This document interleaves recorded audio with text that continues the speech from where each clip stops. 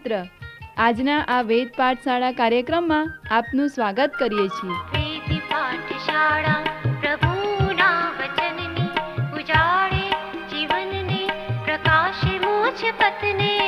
વેદ પાઠશાળા પ્રભુના વચનને ઉજાળે જીવનને પ્રકાશે મોક્ષ પથને. વેદ પાઠશાળા.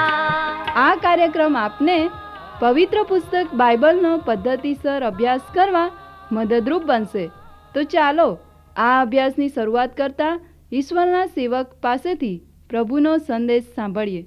પ્રિય મિત્ર, આજના આપણા આ વેદ પાઠશાળા નામક કાર્યક્રમમાં આપનું સ્વાગત કરું છું. બાઇબલના આ સર્વેક્ષણના અભ્યાસમાં આપણે નવા કરારના 5મા પુસ્તક એટલે પ્રેરિતોના કૃત્યના પુસ્તકમાં આવ્યા છીએ. આ પુસ્તકમાં જેણે અડધો નવો કરાર લખ્યો હતો તેને આપણે મળીએ છીએ. પ્રેરિતોના કૃત્યના પુસ્તકના 9મા અધ્યાયમાં આપણે તેને આ રીતે મળીએ છીએ. એ સમય દરમિયાન સાઉલ પ્રભુના શિષ્યોના ખૂન કરવાની ક્રૂર ધમકીઓ આપતો હતો. તે પ્રમુખ યજ્ઞકાર પાસે ગયો અને દમસ્કમાં આવેલા યહૂદી ભજન સ્થાન પર ઓળખપત્રો લખી આપવા તેને વિનંતી કરી, જેથી જો તેને ત્યાં ઈસુનો કોઈ પણ અનુયાયી મળી આવે તો તે તેમની ધરપકડ કરી શકે અને યરૂશાલેમ લઈ આવી શકે. દમસ્ક જતા રસ્તામાં તે શહેરની નજીક આવ્યો ત્યારે એકાએક તેની આસપાસ આકાશમાંથી પ્રકાશ ચમક્યો. તે જમીન પર પડી ગયો અને તેણે અવાજ સાંભળ્યો, સાઉલ, સાઉલ, તું મારી સતાવણી કેમ કરે છે? તેણે પૂછ્યું, પ્રભુ, તમે કોણ છો? ત્યારે પ્રભુએ કહ્યું, હું ઈસુ છું, જેની તું સતાવણી કરે છે. આર પર લાત મારવી તારા માટે કઠણ છે. તેથી તેણે આશ્ચર્ય પામીને કહ્યું, પ્રભુ, હું શું કરું? ત્યારે ઈશ્વરે તેને કહ્યું, હવે ઊભો થઈને શહેરમાં જા અને તારે શું કરવું તે તને ત્યાં જણાવવામાં આવશે. પ્રિય મિત્ર, પ્રેરિતોના કૃત્યના પુસ્તકના 9મા અધ્યાયમાં ટાર્સસના સાઉલનું બદલાણ અથવા તેના દમસ્કના અનુભવની વર્ણન બતાવે છે. તમે સાઉલને આ અનુભવને બાદ કરીને સમજાવી શકતા નથી. જ્યારે આપણે આ સાઉલને 7, 8 અને 9મા અધ્યાયની શરૂઆતમાં મળીએ છીએ ત્યારે તે ઈસુ ખ્રિસ્તનો ધિક્કારનાર હોય છે. પ્રિય મિત્ર, તેના જીવનમાં તે અનુભવ દ્વારા જે પરિવર્તન આવ્યું તેને ગણતરીમાં લીધું છે. તેથી જ હું તમને કહું છું કે આ અનુભવ સિવાય સાઉલ વિશે આપણે સરળ રીતે સમજાવી શકતા નથી. પ્રેરિતોના કૃત્યના પુસ્તકમાં ઘણી બધી જગ્યાએ પાઉલ તેના અનુભવ વિશે આપણને જણાવે છે. એક જગ્યાએ લોકોનું ટોળું પાઉલ ઉપર આક્રમણ કરે છે, જેનું વર્ણન પ્રેરિતોના કૃત્યના 21મા અને 22મા અધ્યાયમાં કરવામાં આવેલું છે. તેઓ પાઉલને મારી નાખવાનો પ્રયત્ન કરી રહ્યા છે. સૈનિકો પાઉલને મારી નાખવા ઈચ્છતા હુમલાખોરો પાસે જાય છે. પાઉલ ઠીંગણો હોય છે, તેથી લોકોના મારથી બચાવવા સૈનિકોએ તેને ઉંચકી લેવો પડે છે. તેઓ તેને ઉંચકીને મહેલમાં લાવે છે, જ્યાં તેને જેલમાં નાખવામાં આવે છે. પાઉલ આ લોકોના ટોળાને જુએ છે અને સેવક તરીકે તે ઉપદેશ કરવાની તક જવા દેતો નથી. તેથી તેણે પોતાને નીચે મૂકવા અને લોકોને કંઈક કહેવા અફસરને વિનંતી કરી.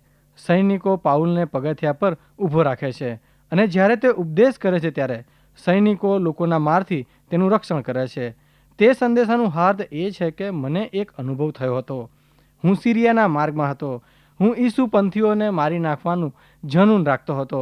હું દમસ્કના રસ્તા ઉપર લોકોની ધરપકડ કરવા માટે જતો હતો. મધ્યાહ્ને એક ઝળહળતો પ્રકાશ ચબૂક્યો. હું જમીન પર પડી ગયો. મને ઉદ્દેશીને બોલતી એક વાણી મેં સાંભળી, સાઉલ, સાઉલ, તું મારી સતાવણી કેમ કરે છે? જ્યારે પાઉલને રાજ્યપાલ સમક્ષ અને રાજાની સમક્ષ હાજર કરવામાં આવે છે ત્યારે પણ પાઉલ આ અનુભવ વિશે કહે છે.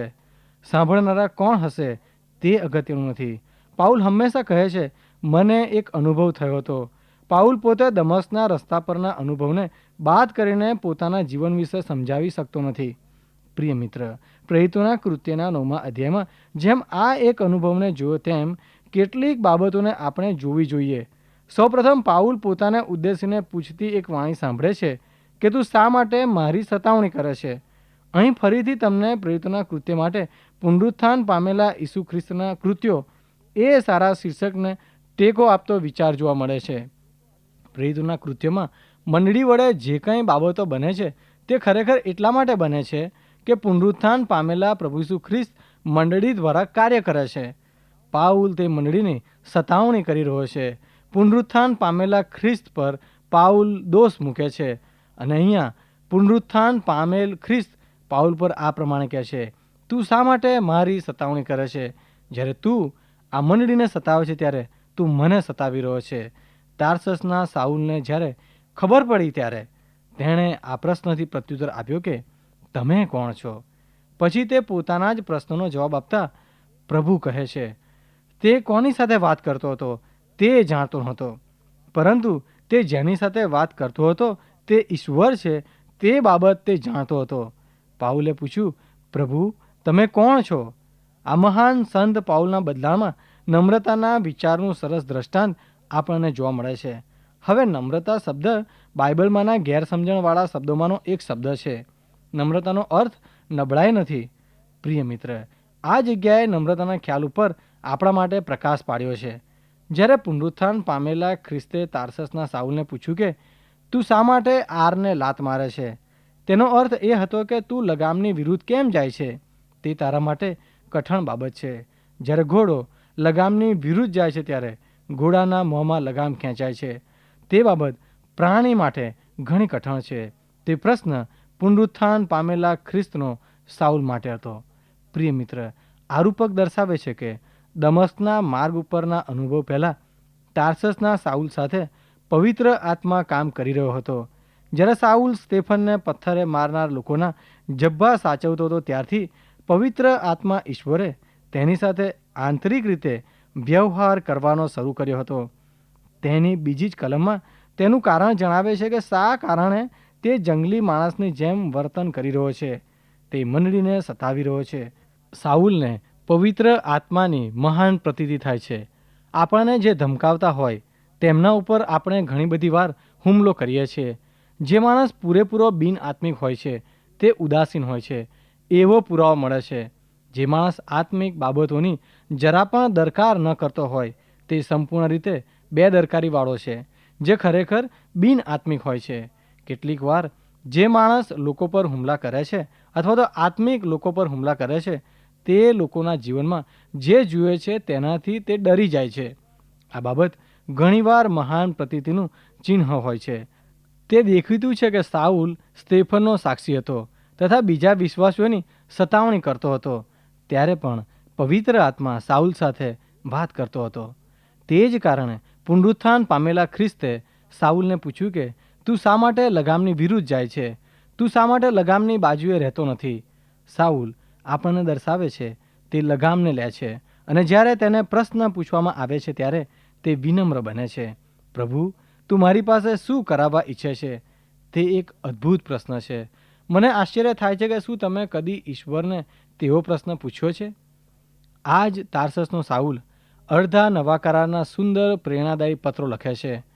જેમ મેં જણાવ્યું હતું તેમ પ્રેરિતોના કૃત્યનું પુસ્તક સુવાર્તાઓ અને પત્રો વચ્ચેની એક પ્રકારની જોડતી કડી છે.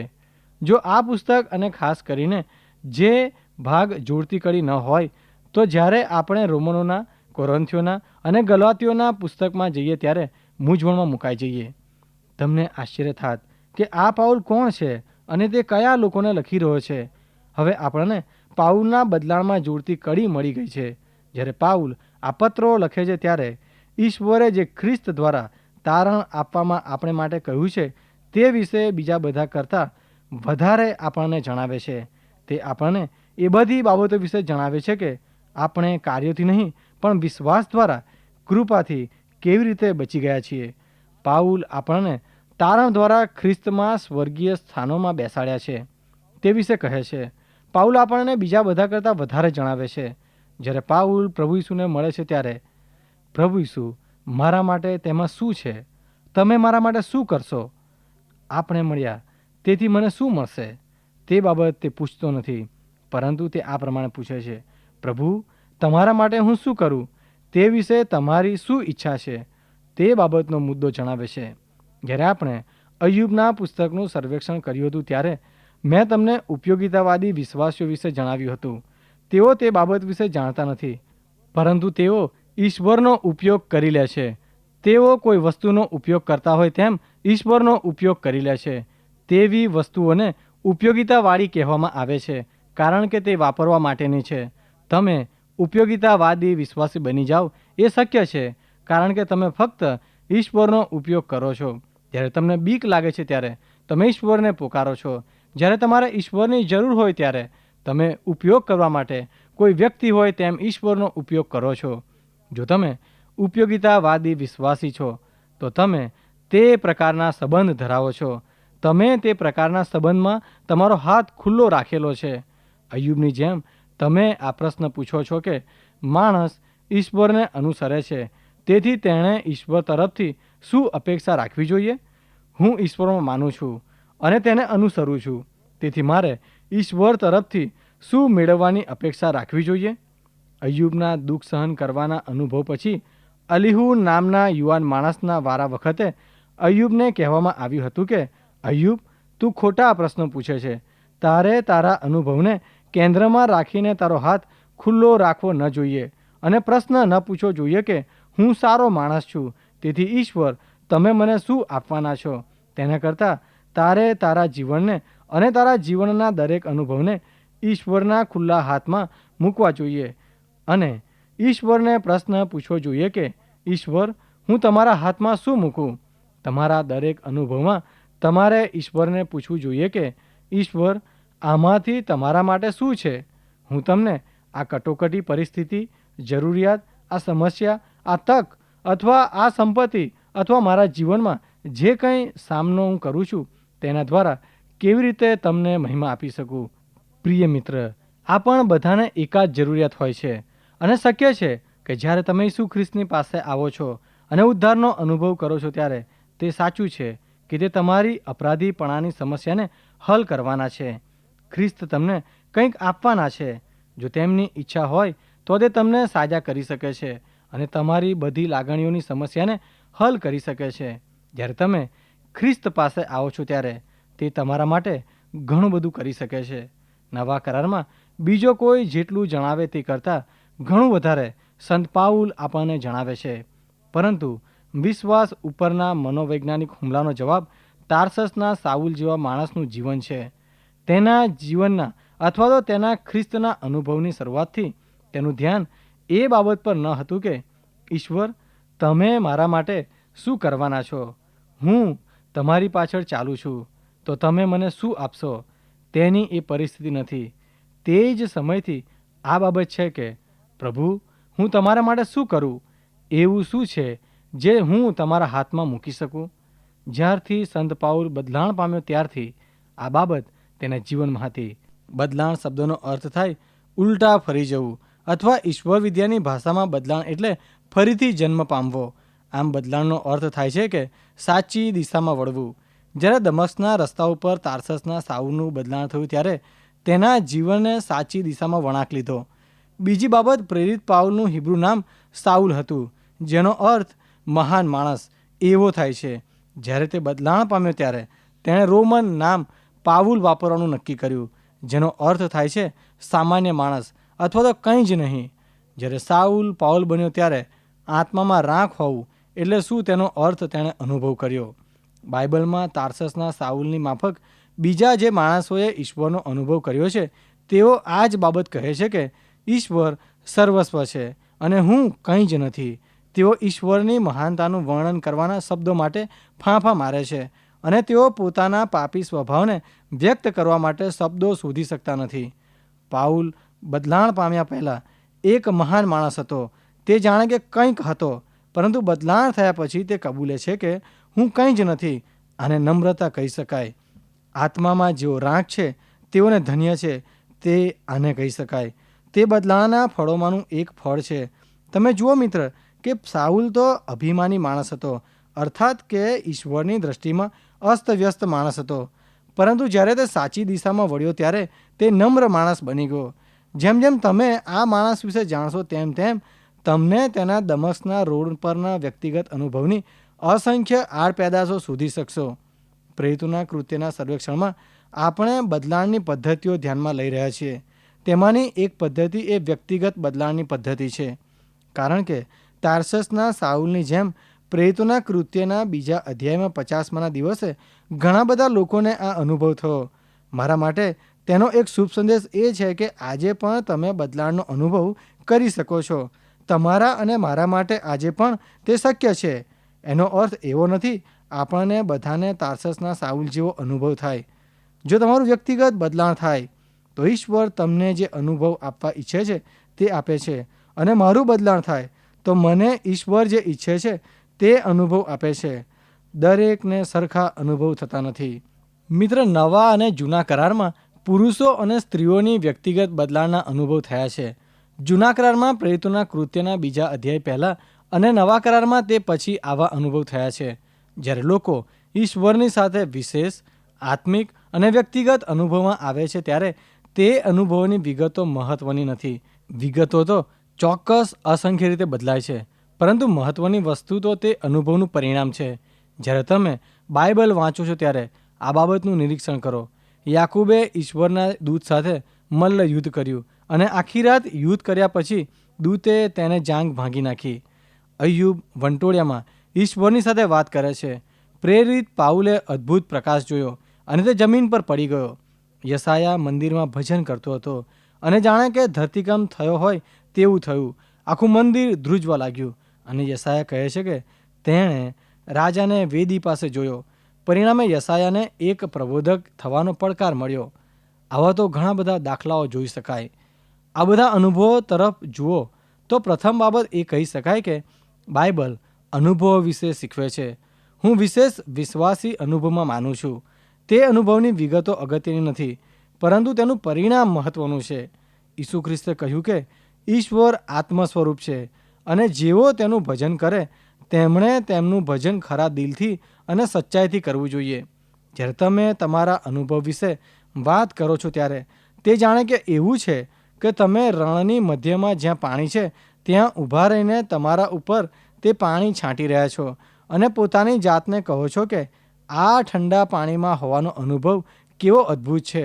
પરંતુ તમારી આસપાસ જેઓ ઊભા છે તેઓ તો રણની ગરમીમાં જાણે કે મરી રહ્યા છે.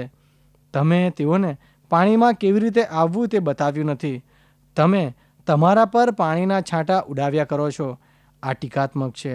જો તમે ઈચ્છો છો કે તે લોકોને પણ તમારા જેવો અનુભવ થાય તો જે સમર્પણના સિદ્ધાંતો કે જેણે તમને આ અનુભવ આપ્યો તે વિશે તેઓને જણાવો કે જેથી ઈશ્વર તેમને જે અનુભવ આપવા ઈચ્છે છે તે તેઓ અનુભવી શકે. સંત પાઉલનો પ્રશ્ન એ હતો કે પ્રભુ, હું શું કરું? એવું તમે શું ઈચ્છો છો? આ જ શબ્દોના ઉપયોગથી જુદા જુદા શબ્દો પર વિશેષ ભાર મૂકીને તમે તેનો અલગ અલગ અર્થ કરી શકો છો. દાખલા તરીકે તેના તરફ ધ્યાન કરજો, આ એક અર્થ છે, અને તેના તરફ દયા કરશો, આ બીજો અર્થ છે. જો તમે સંત પાઉલના પ્રશ્નોના શબ્દો ઉપર જુદી જુદી રીતે વિશેષ ભાર મૂકશો તો તમને જુદા જુદા અર્થમાં એક પ્રશ્નમાંથી મળી આવશે. દાખલા તરીકે, પ્રભુ, હું શું કરું? એવું તમે શું ઈચ્છો છો? અહીં પ્રભુ અને તમારી 2 શબ્દો પર વિશેષ ભાર મૂકેલો છે. આપણા માટે સૌથી મોટું પરીક્ષણ એ છે કે બીજાઓની ઈચ્છા પૂરી કરવી એટલે કે આપણા પતિ કે પત્નીને ખુશ કરવા, આપણા માતા પિતા કે બાળકોને ખુશ કરવા, જેઓના પ્રત્યે આપણે ફરજ બજાવી રહ્યા છીએ તેઓને ખુશ કરવા, જેઓ આપણો પગાર ચૂકવે છે તેઓને ખુશ કરવા વગેરે બાબતો કહી શકાય. આપણે હંમેશા કોઈકની ઈચ્છા મુજબ કરીએ છીએ, કોઈ વ્યક્તિની સેવા કરીએ છીએ. આ પ્રશ્નમાં સમાયેલું રચનાત્મક સત્ય એ છે કે આપણે ઈશ્વરને ખુશ કરવા જોઈએ અને તેની ઈચ્છા મુજબ કરવું જોઈએ. એટલા માટે જ આ પ્રશ્નમાં પ્રભુ અને તમારી આ 2 શબ્દો ઉપર ખૂબ ભાર મૂકવામાં આવેલો છે. બીજી રીતે તમે આ પ્રશ્નને કરું શબ્દ પર ભાર મૂકી શકો છો. શું કદી તમે આ ધ્યાનમાં લીધું છે કે શાસ્ત્રમાં કાર્ય કરવા સંબંધી કેટલું બધું કહેવામાં આવ્યું છે? ફરીથી પ્રેરિત પાઉલ આપણને જણાવે છે કે આપણે કાર્યોથી ન્યાયી ઠરતા નથી. આપણા સારા કાર્યોથી આપણો ઉદ્ધાર થતો નથી. જો એ પ્રમાણે થતું હોય તો તમે કેવી રીતે જાણી શકો કે તમે પૂરતા પ્રમાણમાં સારા કાર્યો કર્યા છે? જો સારા કાર્યોથી જ તમારો ઉદ્ધાર થતો હોય તો શા માટે ઈસુએ વધસ્તંભ ઉપર મરવું પડ્યું?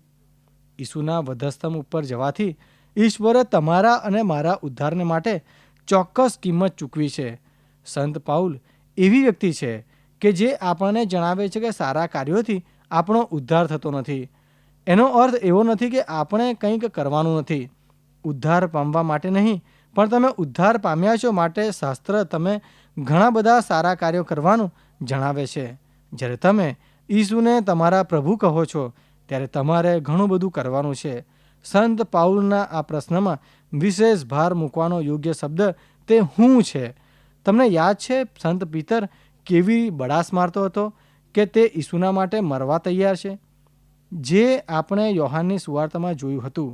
ત્યાર પછી ઈસુએ પિતરને તેના મરણના પ્રચાર સંબંધી જણાવ્યું હતું. ઈસુએ તેમના હાથ પિતર તરફ પ્રસારીને કહ્યું, પિતર, શું તું વિશ્વાસ કરે છે કે મારા માટે વધસ્તંભને જડાવવાના આનંદનો તું અનુભવ કરીશ? હવે પિતર એ બહુ જ માનવીય સ્વભાવનો હતો. તેથી જ્યારે ઈસુએ તેને આવું કહ્યું ત્યારે તે કહે છે કે યોહાનનું શું થશે? હવે યોહાન તો માછીમારના ધંધામાં તેનો ભાગીદાર હતો. તેથી તે પૂછે છે કે તેના માટે તમારી શું યોજના છે? ઈસુએ કહ્યું, જો મારી ઈચ્છા હોય તો હું પાછો આવું ત્યાં સુધી તે જીવશે. ખરેખર ઈસુ એમ કહેવા માગતા હતા કે પિતર, તે જાણવું તારું કામ નથી, તું મને અનુસર. આ પાઉલનો બીજો દ્રષ્ટિકોણ છે કે પ્રભુ, હું શું કરું એવી તમારી શી ઈચ્છા છે? આ જ પ્રશ્ન આપણે બધાએ પૂછવાનો છે. આ પ્રશ્નમાં બીજો એક શબ્દ કે જેના પર આપણે ભાર મૂકી શકીએ તે તો શું શબ્દ છે? પ્રેરિત પાઉલ ઈશ્વરની સારી, માન્ય તથા સંપૂર્ણ ઈચ્છામાં માનતો હતો. જે પણ વિશ્વાસી ઉદ્ધાર પામવા ઈચ્છે છે તેના માટે ઈશ્વરની પાસે ચોક્કસ યોજના છે. એફેસુના પત્રના 2 અધ્યાયની 8મી અને 9મી કલમમાં સંત પાઉલ એફેસુને લખે છે કે સારા કાર્યોથી આપણો ઉદ્ધાર થતો નથી, પરંતુ 10મી કલમમાં તે જણાવે છે કે સારા કૃત્યોનું જીવન જીવવા માટે આપણો ઉદ્ધાર થયો છે. તે જણાવે છે કે ઈશ્વર આપણા સર્જનહાર છે અને તેમણે આપણને અગાઉથી નક્કી કર્યા મુજબ સારા કૃત્યોનું જીવન જીવવા માટે આપણને ખ્રિસ્તની સાથેના આપણા જોડાણ સાથે સર્જ્યા છે. એટલા માટે દરેક વિશ્વાસીએ આ પ્રશ્ન પૂછવો જોઈએ કે પ્રભુ, હું શું કરું એવું તમે શું ઈચ્છો છો? પ્રેરિત પાઉલ તેના બદલાણના પરિણામ રૂપે આપણને જણાવે છે કે તે સાચી દિશામાં ફર્યો છે. પ્રેરિતોના કૃત્યના આખા પુસ્તકમાં ખાસ કરીને તેના ઉપદેશ દરમિયાન સંત પાઉલ તેના બદલાણ વિશે કેવી રીતે જણાવે છે તે ધ્યાનમાં લો. તેના બદલાણના પરિણામ ઉપર તે જે ભાર મૂકે છે તે પણ ધ્યાનમાં લો. ફિલિપીના પત્રમાં પાઉલ આ બાબત આપણને જણાવે છે. તે કહે છે કે મારી પાસે ઘણી બધી સારી બાબતો હતી, પરંતુ ઈસુને મેળવ્યા પછી હું તે કાંઈ જ નથી. તે બાબતોને હું કચરો જ ગણું છું. પાઉલ લખે છે કે આ બધી બાબતો એટલે કે ઈસુને જાણવો, તેને શોધવો, જે મારા માટે ઈસુને પ્રાપ્ત કર્યા પહેલાં કંઈ જ નહોતી, તે હવે મારા માટે અદ્ભુત બની ગઈ છે. ફિલિપી 3 અને 7માં તે લખે છે કે પણ આ બધી બાબતો જેને મેં લાભદાયી ગણી હતી તેને હવે ખ્રિસ્તને લીધે હું વ્યર્થ ગણું છું. પાઉલ એક રમતવીર તરીકેના ખાસ શબ્દોનો ઉપયોગ કરે છે. કદાચ એક સમયે તે દોડવીર હશે. તે બતાવે છે કે હું કુસ્તી અને દોડ જેવી બાબતોથી પરિચિત હતો. પાઉલ જણાવે છે કે ઈસુના અનુયાયીઓની ધરપકડ કરવા માટે તે દમસ્કના રસ્તેથી જતો હતો. ત્યાં ઈસુએ તેને પકડી લીધો. તેમણે મને દુનિયામાં મોકલ્યો છે અને મારો હેતુ એ છે કે જે મેળવવાને માટે ખ્રિસ્તે મને જીતી લીધો છે તે મેળવવાને માટે હું આગળ ધસું છું. આ સંત પાઉલના બદલાણનું એક પરિણામ હતું.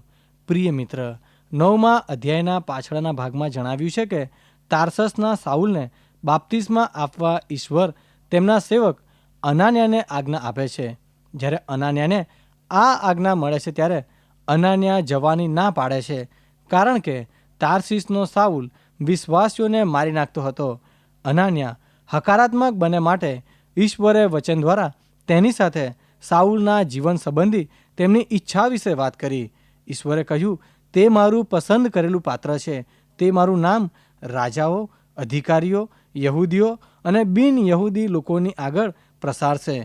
ઈશ્વરે અનાન્યાને આખું આયોજન બતાવ્યું. ઈશ્વરે સાઉલને કહ્યું, ઉઠ અને શહેરમાં જા. જ્યારે તેં આ પ્રમાણે કર્યું છે તો હવે પછી તારે શું કરવું તે હું તને બતાવીશ. સાઉલનું બદલાણ એ બાઇબલની અદ્ભુત વાર્તા છે.